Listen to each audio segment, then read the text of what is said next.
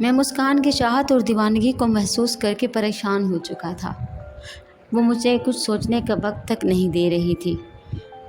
مجھے اس کی بےتاب حالت سے اندازہ ہو رہا تھا کہ میری تھوڑی سی بے رخی اس کی جان لے سکتی ہے، اور بھلا میں ایسا کیسے کر سکتا ہوں؟ میں تو شروع سے بڑا نرم دل واقع ہوا تھا۔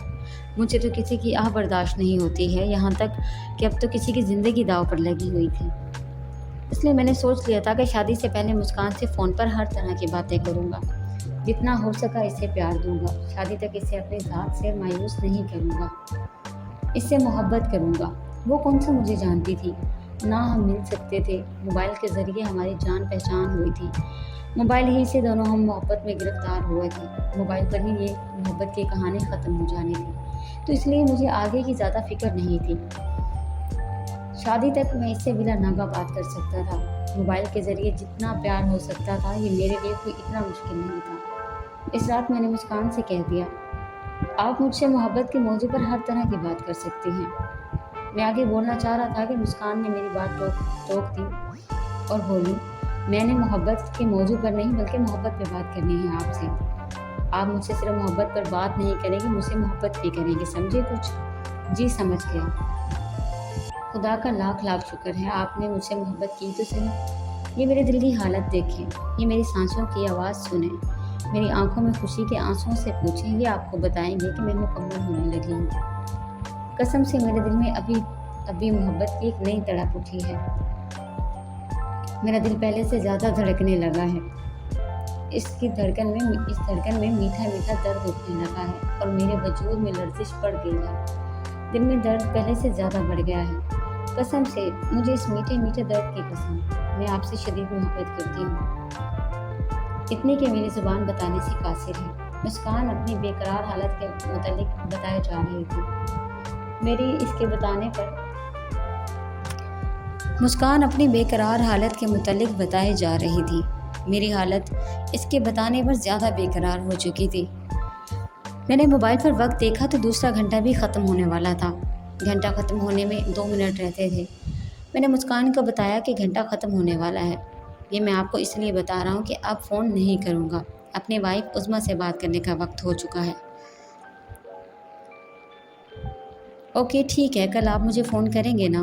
آپ بار بار فون پہ بات کرنے کا کہہ رہی ہیں، جب میں نے کہہ دیا کہ ہر رات آپ سے بات کروں گا۔ جب آپ بار بار یہ بات کریں گی تو مجھے شرمندگی ہو رہی ہے۔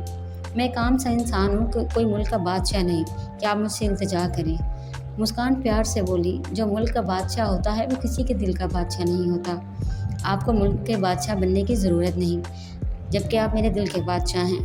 مسکان اتنا کہہ سکی تھی کہ کال کٹ گئی۔ دوسرا گھنٹہ بھی ختم ہو گیا۔ میں نے ہاتھ پر بندھی گھڑی پر ٹائم دیکھا، 1 بج چکا تھا۔ اب میں نے عظمیٰ سے 2 گھنٹے بات کرنی تھی۔ عظمیٰ سے بات کرنے کے بعد موبائل کو چارج پر لگا کر مسکان کی محبت کے بارے میں سوچنے لگا تھا۔ ہر گزرتے لمحے میں مسکان کی محبت بڑھتی جا رہی تھی، اس کی شدت میں مزید اضافہ ہو رہا تھا۔ مجھے اپنی حالت سے پتہ چل رہا تھا کہ مسکان کی محبت میں کتنی شدت اور انتہا ہے۔ میں عجیب کشمکش میں مبتلا ہو چکا تھا۔ ایک طرف میری حاصل کردہ محبت عظمیٰ تھی، جس کی محبت کی شدت اور سچائی میں متاثر تھا، جو میرے بغیر جینے کا تصور نہیں کر سکتی تھی۔ میں خود عظمیٰ سے شدید محبت کرتا تھا۔ محبت کی سچائی کے بلبوتے پر میں نے اسے حاصل کیا تھا۔ اب دوسری طرف مسکان میری زندگی میں ایک درد اور بےتابی کی صورت میں آ چکی تھی۔ عظمیٰ کی محبت کی سچائی سے تو میں متاثر تھا، اب مسکان کی محبت کی سچائی کے مجھ پر تجربات ہو رہے تھے۔ جس طرح اس کی حالت ہو چکی تھی، اگر میں اس سے جان چھڑانے کی کوشش کرتا تو اس کی جان تک جا سکتی تھی۔ میں اپنی شادی تک اس کے ہاں میں ہاں ملائے جا رہا تھا۔ میں نے سوچ لیا تھا کہ شادی تک اسے اپنی ذات کے دکھ سے بچانا ہے۔ شادی کے بعد وہ جانے اور اس کا نصیب، اور پھر مسکان پر سوچنا چھوڑ کر اپنے خیال کا رخ مسکان سے اٹھا کر عظمیٰ کی طرف موڑ لیا۔ اگلے دن بک اسٹال پر میری حالت پہلے سے بھی زیادہ مضطرب تھی۔ مجھ سے صحیح طرح سے کام نہیں ہو رہا تھا۔